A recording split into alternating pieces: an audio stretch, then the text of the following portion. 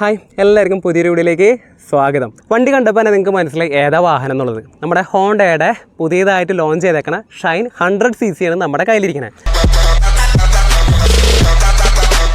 അപ്പോൾ ഈ ഒരു കളർ എന്ന് പറയുന്നത് ബ്ലാക്ക് വിത്ത് ഗ്രേ ആണ് നമ്മൾ എടുത്തേക്കണത്. ഇത് കൂടാതെ നമുക്ക് വേറെയും 4 കളറുകളുണ്ട്. ഒന്നാമത്തെ കളർ എന്ന് പറയുന്നത് നമുക്ക് ബ്ലാക്ക് വിത്ത് റെഡ് ഉണ്ട്, അതുപോലെ തന്നെ ബ്ലാക്ക് വിത്ത് ഗോൾഡ് ഉണ്ട്, അതുപോലെ ബ്ലാക്ക് വിത്ത് ബ്ലൂ ഉണ്ട്, ബ്ലാക്ക് വിത്ത് ഗ്രീൻ ഉണ്ട്, അതുപോലെ നമ്മുടെ ഈ കളർ ബ്ലാക്ക് വിത്ത് ഗ്രേ. അപ്പോൾ ആ ഒരു കളറാണ് നമ്മൾ എടുത്തേക്കണത്. ഇനി ഫ്രണ്ട് വ്യൂവിൽ വരണമെങ്കിൽ നമുക്ക് ഫസ്റ്റ് തന്നെ കാണാൻ സാധിക്കുന്നത് നമ്മുടെ മിറേഴ്സ് ആണ്. നമ്മുടെ യൂണിക്കോണിലേക്കും ലഭിക്കുന്ന അല്ലെങ്കിൽ ഡിയോയിലേക്ക് ലഭിക്കുന്ന അതേ മിറേഴ്സ് തന്നെയാണ് നമുക്ക് ഇവിടെയും ലഭിക്കുന്നത്. പിന്നെ നമുക്ക് ഇപ്പോൾ ഫ്രണ്ട് ആ ഒരു ഹാൻഡിൽ ബാർമേക്ക് നിന്ന് സ്റ്റാർട്ട് ചെയ്യണമെന്നുണ്ടെങ്കിൽ നമുക്ക് നോർമലായിട്ടുള്ളൊരു എന്താണ് പറയുന്നത്, ഒരു കുഴപ്പമില്ലാത്ത രീതിയിലുള്ള ഒരു ത്രോട്ടിൽ ഗ്രിപ്പ് നമുക്ക് കിട്ടുന്നുണ്ട്. ബ്രേക്ക് ലിവർ ഒരു നോർമലായിട്ടൊരു ബ്രേക്ക് ലിവർ നമുക്ക് കിട്ടുന്നുണ്ട്. ഒരു മാറ്റ് ഫിനിഷാണ് നമുക്ക് കാണാനായിട്ട് സാധിക്കുക.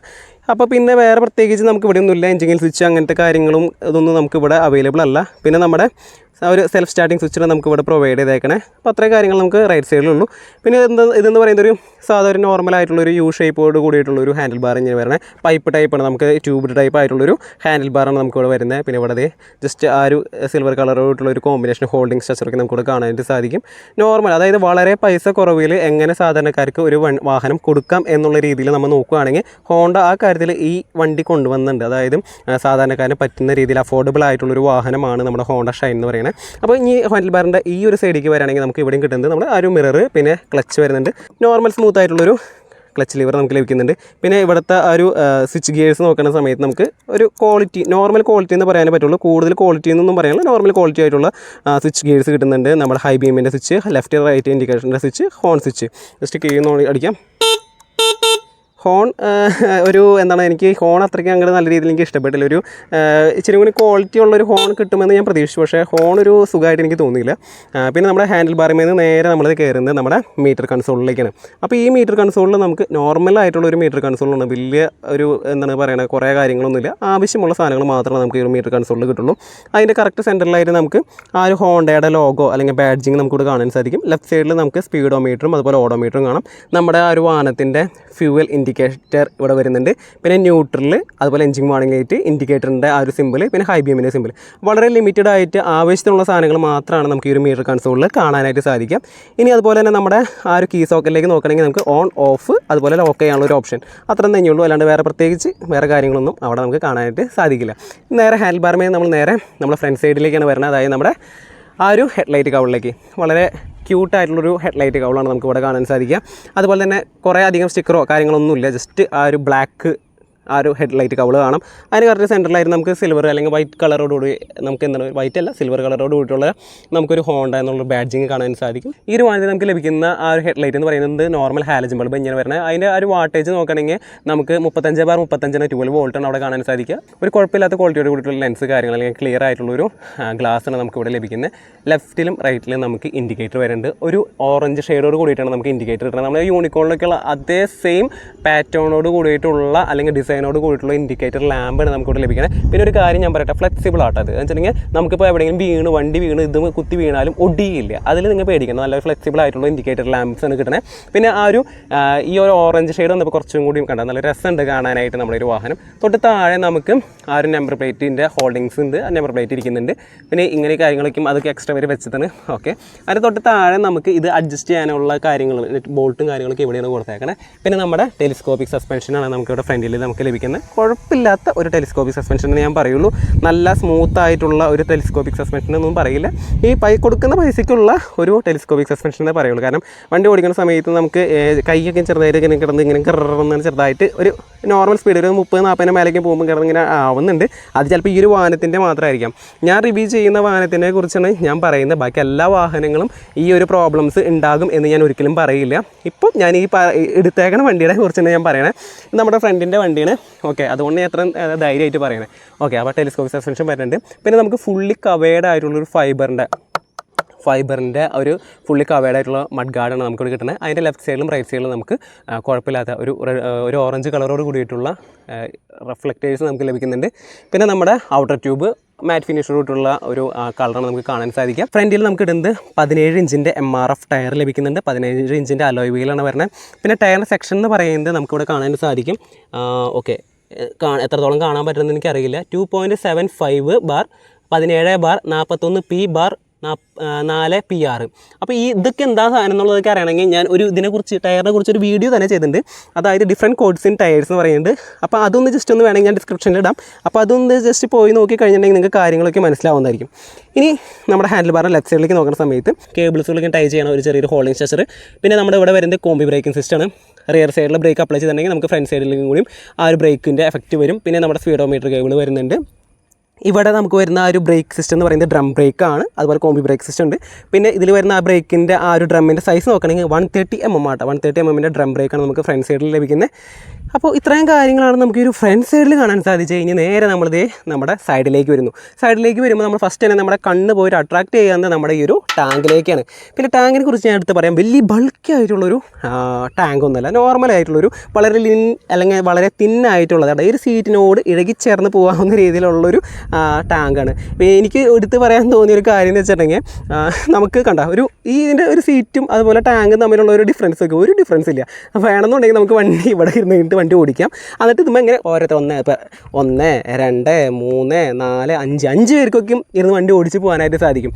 അതായത് നമ്മുടെ പുറത്തെ വാഹനങ്ങളിലൊക്കെ നമ്മൾ ചിലപ്പോഴേക്കും ചില വീഡിയോയിലേക്കും കാണാറില്ല. അതായത് കുറേ പേരേക്കും കയറ്റി കൊണ്ടുപോകാന്നുള്ളത്. അങ്ങനത്തെ ആ ഒരു രീതിയിൽ ഞാൻ പറഞ്ഞതാണ്. പക്ഷേ നമ്മുടെ നാട്ടിൽ ഒരിക്കലും അങ്ങനെ ഓടിക്കേണ്ട. നമ്മുടെ നാട്ടിൽ 2 പേര് വിത്ത് സേഫ്റ്റി ഗിയേഴ്സ് ഉണ്ടെങ്കിലാണ് നമുക്ക് ഓടിക്കാനായിട്ട് സാധിക്കുള്ളൂ. അപ്പോൾ അങ്ങനെ ഓടിച്ച് പോകാം. അപ്പോൾ ടാങ്കിൻ്റെ കാര്യത്തിലാണ് നമ്മൾ പറഞ്ഞു വന്നത്. അപ്പോൾ ടാങ്കിൻ്റെ കപ്പാസിറ്റി നോക്കണമെങ്കിൽ നമുക്ക് 9 ലിറ്റർ ആണ് നമുക്ക് ടാങ്കിൻ്റെ കപ്പാസിറ്റി വരുന്നത്. അത്രയും തന്നെ മതി. കാരണം നമുക്ക് ഇതിൻ്റെ മൈലേജ് നോക്കുകയാണെങ്കിൽ 70 മേലെ കിട്ടുമെന്നാണ് കമ്പനി അവകാശപ്പെടുന്നത്. നമ്മളെന്തായാലും ഒരു വാഹനത്തിൻ്റെ മൈലേജ് ടെസ്റ്റ് അതുപോലെ റൈഡിംഗ് ടെസ്റ്റ് അങ്ങനത്തെ എല്ലാ കാര്യങ്ങളും ചെയ്യുന്നുണ്ട്. അതൊക്കെ ചെയ്തിട്ട് ഇതിന് എന്തോരം മൈലേജ് കാര്യങ്ങളൊക്കെ കിട്ടുന്നുണ്ടെന്ന് അപ്പോൾ ഞാൻ പറയാം. അപ്പം അതാണ് നമ്മുടെ ടാങ്കിനെ കുറിച്ച് പറയാനുള്ളത്. പിന്നെ സീറ്റ് എന്ന് പറയുകയാണെങ്കിൽ അത്യാവശ്യം നല്ല ലെങ്ത്ത് ഉള്ള ഒരു സീറ്റ് ഇങ്ങനെ വരുന്നത്. ഏകദേശം 674 mm ആണ് ഈ ഒരു 674 mm ഈ ഒരു വാഹനത്തിൻ്റെ സീറ്റ് ലെങ്ത്ത് വരുന്നുണ്ട്.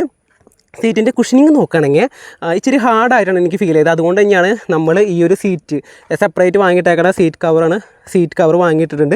കാരണം ഇതിൻ്റെ സീറ്റ് വെച്ചിട്ട് അപേക്ഷിച്ച് നോക്കി കഴിയുമ്പോൾ കുറച്ചും കൂടി സോഫ്റ്റ് ആയിട്ടുള്ളത് ഈ സീറ്റാണ്. അത് ഇച്ചിരി ഹാർഡാട്ടോ. പിന്നെ വണ്ടി ഓടിക്കുന്ന സമയത്ത് ബാക്കി വണ്ടി ഓടിക്കണ ആ ഒരു എഫക്റ്റും അതുപോലെ ഹാൻഡ്ലിങ്ങും കാര്യങ്ങളൊക്കെ എങ്ങനെയാണെന്നൊക്കെ ആ ഒരു വീഡിയോയിൽ ഞാൻ പറയുന്നതാണ്. അപ്പം ടാങ്ക് കഴിഞ്ഞു. ടാങ്കിന് തൊട്ട് താഴത്തേക്ക് നമ്മുടെ സൈഡ് പാനൽ നമുക്ക് ഷൈൻ ഇവിടെ സ്റ്റിക്കറും കാര്യങ്ങളും കാണും. പിന്നെ ഈ ഒരു ടാങ്കിൻ്റെ ഈ ഒരു ഏരിയയിൽ നിന്ന് തുടങ്ങിയേക്കണ ഗ്രാഫിക്സ് ഇത് എങ്ങനെ കൊണ്ടുവന്ന് ഈ എൻഡിൽ വരെ കാണാനായിട്ട് സാധിക്കും. ഷൈനിന് മാത്രമേ ഉള്ളൂ. 100cc അതൊന്നും എവിടെയും മെൻഷൻ ചെയ്തല്ല. ജസ്റ്റ് ഷൈൻ എന്നുള്ളൊരു സ്റ്റിക്കർ മാത്രമേ കാണുള്ളൂ. പിന്നെ ഇത് ക്രോമിയം ഫിനിഷിൻ്റെ ഒരു ഇത് കാണാൻ സാധിക്കും. ഉള്ളിൽ നിന്ന് ജസ്റ്റ് ഇങ്ങനെ ഇട്ട് വെച്ചേക്കുന്നതാണ്. ഞാൻ ഇത് തുറന്നു കഴിഞ്ഞപ്പോഴത്തേക്ക് ഞാൻ കണ്ടതാണ്. പിന്നെ ഇവിടെ നമുക്ക് ESP technology enhanced smart power എന്നുള്ള കാര്യങ്ങളൊക്കെ ഉണ്ട്. പിന്നെ നമ്മുടെ സസ്പെൻഷൻ നോർമലായിട്ടുള്ള നമ്മുടെ സസ്പെൻഷൻ നമുക്ക് വരാൻ ട്വിന്നാണ്. അത് ഈ സൈഡിലുണ്ട് അപ്പുറ സൈഡിലും നമുക്ക് സസ്പെൻഷൻ ലഭിക്കുന്നുണ്ട്. പിന്നെ നമ്മുടെ റിയർ സൈഡിലേക്ക് എത്തുന്ന സമയത്ത് ഗ്രാബ് റെയിൽ നോർമൽ ടൈപ്പ് ഒരു ഗ്രാബ് റെയിൽ സിൽവർ കളറായിട്ടുള്ള ഗ്രാബ് റെയിൽ വരുന്നുണ്ട്. സ്ട്രെങ്ത്ത് നോക്കണമെങ്കിൽ കുഴപ്പമില്ലാത്തൊരു സ്ട്രെങ്ത്ത് കാര്യങ്ങളുണ്ട്. പിന്നെ നമ്മുടെ റിയർ സൈഡിലെ പാനലുകൾ തൊട്ട് താഴത്തേക്ക് വരുമ്പോൾ ടൈൽ ലാമ്പിൻ്റെ ഉള്ളിൽ നമ്മുടെ ലൈറ്റ് നോക്കുകയാണെങ്കിൽ 21 വാട്ടിൻ്റെ 21 വാട്ടും അതുപോലെ 5 വാട്ടും കൂടിയിട്ടുള്ളൊരു ലാമ്പാണ് നമുക്ക് ഈ റിയർ സൈഡിൽ കിട്ടുന്നത്. വണ്ടി ഓടിക്കുന്ന സമയത്ത് 5 വാട്ടും അതുപോലെ ബ്രേക്ക് ചെയ്യുന്ന സമയത്ത് 21 വാട്ടാണ് നമുക്ക് ഇതിൻ്റെ ഉള്ളിൽ നിന്ന് ആ ബൾബിൽ നിന്ന് പ്രകാശം ലഭിക്കുക. ലെഫ്റ്റിലും റൈറ്റിലും നമ്മുടെ ഇൻഡിക്കേറ്റേഴ്സ് വരുന്നുണ്ട്. തൊട്ട് താഴെ നമുക്ക് ഈ ഒരു ലൈറ്റിന് തൊട്ട് താഴെ നമുക്ക് ഡേഞ്ചർ ലാമ്പ് വരുന്നുണ്ട് റെഡ് കളറോട് കൂടിയിട്ട്. നമ്മുടെ നമ്പർ പ്ലേറ്റ് ഇവിടെ ഇരിക്കുന്നുണ്ട്. തൊട്ട് താഴെ നമ്മുടെ ഫുള്ളി കവേർഡ് എന്ന് പറയാനില്ല ഈ ഒരു പോർഷൻ, അതായത് ഇവിടെ നിന്ന് ഇത്രയും പോർഷൻ ആയിട്ടുള്ളൊരു റിയർ ഫെൻഡർ നമുക്ക് ലഭിക്കുന്നുണ്ട്. അപ്പോൾ ഇത്രയും കാര്യങ്ങൾ റിയർ സൈഡിൽ വന്നേക്കണം. സെൽഫ് സ്റ്റാർട്ടിംഗ് മെത്തേഡ് ഉണ്ട്, അതുപോലെ കിക്കറിൻ്റെ മെത്തേഡ് നമുക്ക് കാണാനായിട്ട് സാധിക്കും. കിക്കർ ഇരിക്കുന്നുണ്ടല്ലോ, ഒരു U ഷേപ്പോട് കൂട്ടുള്ളൊരു കിക്കർ നമുക്ക് ലഭിക്കുന്നത്. പിന്നെ നമ്മുടെ എഞ്ചിൻ്റെ കറക്റ്റ് സെൻറ്ററിലായിട്ട് ഹോണ്ടയുടെ ഒരു എൻഗ്രേവിങ് കാര്യങ്ങളും കാണാൻ സാധിക്കും. പിന്നെ നമ്മുടെ റിയർ ബ്രേക്ക് പെഡലിൻ്റെ ഇവിടെ നല്ല സ്ട്രോങ് ആയിട്ടുള്ള റിയർ ബ്രേക്ക് പെഡലാണ് ഇവിടെ നിരലകം ചെയ്തിട്ടുണ്ട്.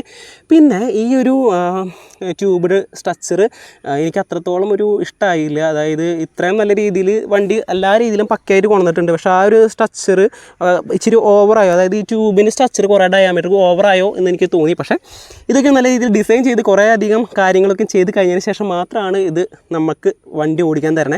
അപ്പം അതിനെ അപേക്ഷിച്ച് നോക്കുകയാണെങ്കിൽ അവരെ കുറ്റം പറയാനില്ല. പക്ഷേ എനിക്ക് തോന്നി കഴിഞ്ഞപ്പം ഇതൊരു ചെറുതായിട്ട് കുറച്ചുകൂടി ഓവറായോ എന്നൊരു തോന്നി. അത് മാത്രമേ എൻ്റെ ഒരു സജഷൻ പറഞ്ഞെന്നുള്ളൂ. പിന്നെ തൊട്ട് താഴേക്ക് നോക്കുന്ന സമയത്ത് നമുക്ക് ഫുഡ് പെഗ് വരുന്നുണ്ട്. റൈഡറിൻ്റെ ഫുഡ് പെഗ് നോർമൽ ക്വാളിറ്റി ഉള്ള ഒരു ഫുഡ് പെഗാണ്. റബ്ബർ കാണാൻ സാധിക്കും. പിന്നെ നമുക്ക് സെൻറ്റർ സ്റ്റാൻഡ് അത്യാവശ്യം 100 കിലോയ്ക്കും വിത്ത് സ്റ്റാൻഡ് ആവുന്ന രീതിയിലുള്ളൊരു സെൻറ്റർ സ്റ്റാൻഡ് കിട്ടുന്നുണ്ട്. അതുപോലെ തന്നെ സൈഡ് സ്റ്റാൻഡ്.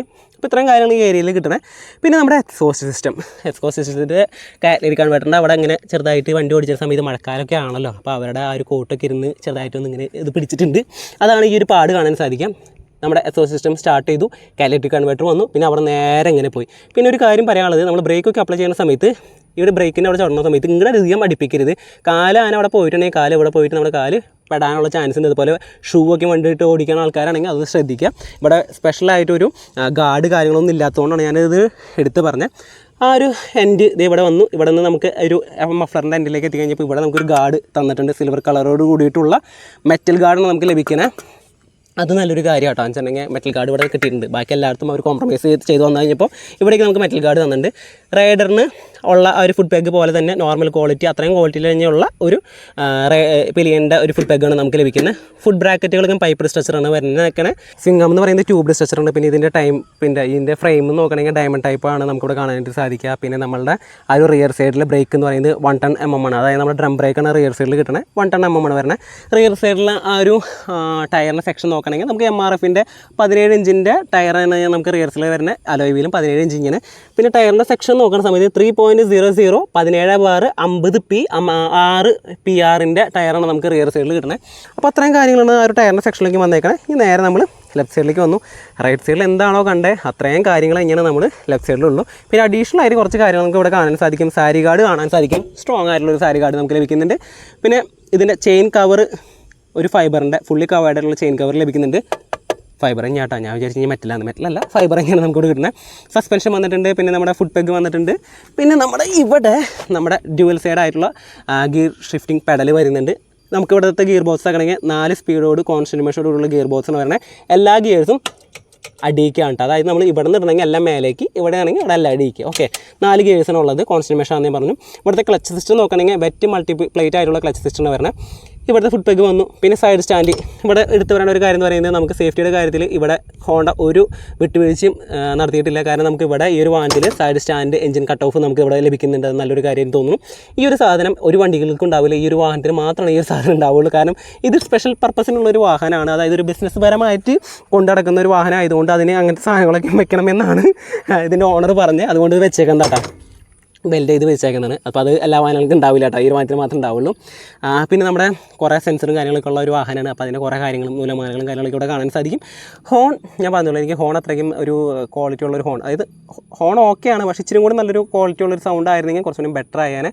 പിന്നെ ഈ ഒരു ഷൈൻ്റെ ലെഫ്റ്റ് സൈഡ് പാനലിനെ കുറിച്ചിട്ട് ഒരു കഥ പറയാനുണ്ട്. കഥയല്ല, ഒരു ചെറിയൊരു കാര്യം പറയാനുണ്ട്. അതായത് നമ്മൾ ഇത്രയധികം പൈസ കൊടുത്ത് 83,500 രൂപ കൊടുത്ത് കഴിഞ്ഞിട്ട് ഒരു വാഹനം വാങ്ങുന്നതാണ്.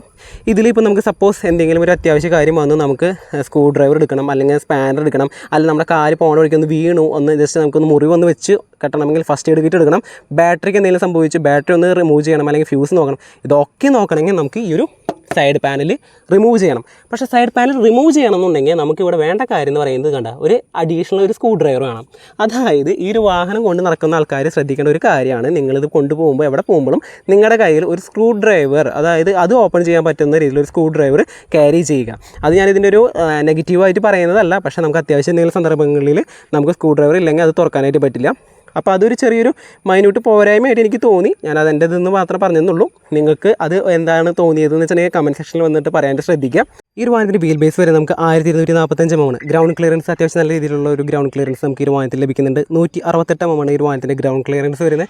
വെയിറ്റ് നോക്കണമെങ്കിൽ നമുക്ക് 100 കിലോഗ്രാം എന്ന് പറയാൻ പറ്റില്ല, 1 കിലോഗ്രാം കുറവാണ്. അതായത് 99 കിലോഗ്രാമാണ് ഈ ഒരു വാഹനത്തിൻ്റെ വെയിറ്റ് വരുന്നത്. സീറ്റ് ഹൈറ്റ്, അതായത് നമ്മുടെ ഗ്രൗണ്ടിൽ നിന്ന് സീറ്റിലേക്കുള്ള ദൂരം എന്ന് പറയുന്നത് 786 mm ആണ്. സീറ്റിൻ്റെ ലെങ്ത്ത് നേരത്തെ ഞാൻ പറഞ്ഞതിൽ ചെറിയൊരു വ്യത്യാസമുണ്ട്. അതായത് 674 mm എന്നാണ് ഞാൻ പറഞ്ഞത്, പക്ഷേ സീറ്റ് ലെങ്ത്ത് വരുന്നത് 677 mm ആണ്. ഒരു 3 mm വ്യത്യാസം നമുക്ക് കാണാനായിട്ട് സാധിക്കും. ഇനി നമ്മുടെ ഈ ഒരു വാഹനത്തിൻ്റെ എഞ്ചിനെ കുറിച്ച് പറയുകയാണെങ്കിൽ, നമ്മുടെ എഞ്ചിൻ എല്ലാ തവണത്തെ പോലെ ടൈപ്പ് എന്ന് പറയുന്നത് SI എഞ്ചിനാണ്, 4 സ്ട്രോക്ക് എഞ്ചിനാണ്. ഡിസ്പ്ലേസ്മെൻറ്റ് നോക്കുകയാണെങ്കിൽ 98.98 cc ആണ്. മാക്സിമം ഈ എഞ്ചിന് പ്രൊഡ്യൂസ് ചെയ്യാൻ പറ്റുന്ന ഔട്ട്പുട്ട് അല്ലെങ്കിൽ പവർ എന്ന് പറയുന്നത് 5.43 kW ആണ്. അത് 7500 RPM. അതുപോലെ തന്നെ ഈ വാഹനത്തിന് പ്രൊഡ്യൂസ് ചെയ്യാൻ പറ്റുന്ന മാക്സിമം ടോർക്ക് എന്ന് പറയുന്നത് 8.05 Nm. അത് 5000 RPM. സ്വിഗ്ഗി അതുപോലെ സൊമാറ്റോ കൊറിയറൊക്കെ ഡെലിവറി ചെയ്യാൻ പോകണം, അല്ലെങ്കിൽ നമുക്ക് നല്ല രീതിയിലുള്ള മൈലേജ് വേണം, നല്ലൊരു കുഴപ്പമില്ലാത്തൊരു വാഹനമായിരിക്കണം, അധികം ബഡ്ജറ്റൊന്നും ആവരുത് എന്നുള്ള ആൾക്കാർക്കൊക്കെ ഈ ഒരു വാഹനം ചൂസ് ചെയ്യാവുന്നതാണ്. നിങ്ങളുടെ അടുത്ത് ഞാൻ ചൂസ് ചെയ്യാം എന്ന് ഞാൻ പറയുന്നുള്ളൂ, പോയി എടുക്കാൻ ഞാൻ പറയുന്നില്ല. കാരണം എന്ന് വെച്ചിട്ടുണ്ടെങ്കിൽ നമ്മളുടെ ഇഷ്ടമാണ് ഒരു വാഹനം എടുക്കണോ എടുക്കണ്ടേ എന്നുള്ളത്. നിങ്ങൾക്ക് ഈ ഒരു വാഹനം നിങ്ങൾ ചെന്ന് ഇഷ്ടപ്പെട്ട് ടെസ്റ്റ് റൈഡൊക്കെ ചെയ്ത് നിങ്ങൾ കംഫർട്ടബിൾ ആണ്, നിങ്ങൾക്ക് ഓക്കെ ആണ് എങ്കിൽ മാത്രം നിങ്ങൾ നിങ്ങൾ ഏതൊരു വാഹനം, ഈ ഒരു വാഹനം എന്നല്ല ഏതൊരു വാഹനം അങ്ങനെ നിങ്ങൾ എടുക്കാൻ പാടുള്ളൂ. അല്ലാണ്ട് 3-5 റിവ്യൂ കണ്ടു അല്ലെങ്കിൽ 2-3 ആൾക്കാരുടെ അടുത്ത് ചോദിച്ചു അങ്ങനെയൊക്കെ പോയിട്ട് നിങ്ങൾ ഓടിച്ചെന്ന് ഒരു വാഹനം എടുക്കരുത്. നിങ്ങളൊരു വാഹനം എടുക്കുന്നതിനേക്കാൾ മുമ്പ് ടെസ്റ്റ് റൈഡ് ചുരുങ്ങിയത് 2, 3, 4 അല്ലെങ്കിൽ ഒരു 5 കിലോമീറ്ററെങ്കിലും ടെസ്റ്റ് റൈഡ് ചെയ്യുക. ടെസ്റ്റ് റൈഡ് ചെയ്ത് നിങ്ങൾ ഓക്കെ ആയി കഴിഞ്ഞാൽ മാത്രം നിങ്ങൾ ആ ഒരു വാഹനം എടുക്കാനായിട്ട് ശ്രദ്ധിക്കുക. ഇപ്പം ഈ കുറച്ച് ഒരു 381 കിലോമീറ്ററാണ് ഞാൻ ഓടിച്ചിട്ടുള്ളൂ. ഞാൻ റൈഡിങ് റിവ്യൂ ചെയ്യുന്ന സമയത്ത് എത്ര കിലോമീറ്റർ ആയിട്ടുണ്ട്, അപ്പോൾ അത്രയും കിലോമീറ്റർ ഓടിച്ചതിൻ്റെ ഒരു എക്സ്പീരിയൻസ് എനിക്കുണ്ടാവും. അപ്പോൾ ആ ടൈമിൽ റൈഡിങ് റിവ്യൂവിൽ ഞാൻ കറക്റ്റായിട്ട് ഇതിൻ്റെ കാര്യങ്ങൾ പറയാം. പിന്നെ ഇതിൻ്റെ സൗണ്ട് കാര്യങ്ങളൊക്കെ നിങ്ങൾ കേട്ടല്ലോ, കേട്ടിട്ടില്ലെങ്കിൽ ഞാനൊന്നുകൂടി കേൾപ്പിച്ച് തരാം ഇതിൻ്റെ ആ ഒരു എക്സോസ്റ്റ് നോട്ട് എങ്ങനെയാണെന്നുള്ളത്. നമ്മുടെ കീ ഒന്ന് ഓണാക്കുന്നു, കീ ഓണാക്കി ഓക്കെ, കീ ഓണാക്കിയ വഴി നമ്മുടെ ന്യൂട്രൽ അതുപോലെ എഞ്ചിൻ വാണിങ്ങിൻ്റെ ഇതൊക്കെ വന്നിട്ടുണ്ട്. പിന്നെ ഇവിടെ എഞ്ചിൻ ഗ്ലിച്ചൊന്നും ഇല്ലാത്തതുകൊണ്ട് നമുക്ക് പെട്ടെന്ന് തന്നെ സെൽഫ് അടിക്കാം. ഓക്കെ, അപ്പോൾ നമ്മൾ സെൽഫ് അടിച്ചേക്കുന്ന സമയത്ത് നമ്മുടെ ആ ഒരു നോർമൽ സൗണ്ട് എന്ന് പറയുന്നത് ഇതാണ്. കണ്ടോ, നോർമൽ ഒരു സൗണ്ട് എന്ന് പറയുന്നത് നമുക്ക് ഇങ്ങനെയാണ് നമുക്ക് കിട്ടുന്നത്. ഓക്കെ, നമ്മൾ ജസ്റ്റ് ഒന്ന് എക്സോസ്റ്റ് നമ്മളൊന്ന് കേൾക്കാൻ വേണ്ടിയിട്ട് നമ്മൾ ജസ്റ്റ് ത്രോട്ട്ലിംഗ് കൊടുത്ത് നോക്കണം.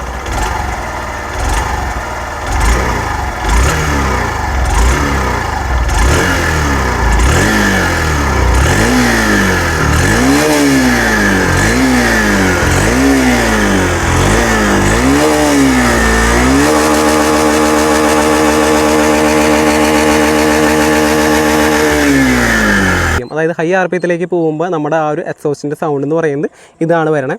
പിന്നെ ഒരു കാര്യം കൂടിയും പറയട്ടെ, നമ്മൾ ഏതൊരു വാഹനം എടുക്കുന്ന സമയത്ത് നിങ്ങൾ എക്സ്റ്റൻഡ് വാറൻറ്റി ഉണ്ടെങ്കിൽ മസ്റ്റായിട്ട് എക്സ്റ്റൻഡ് വാറൻറ്റി എടുക്കാനായിട്ട് ശ്രദ്ധിക്കുക.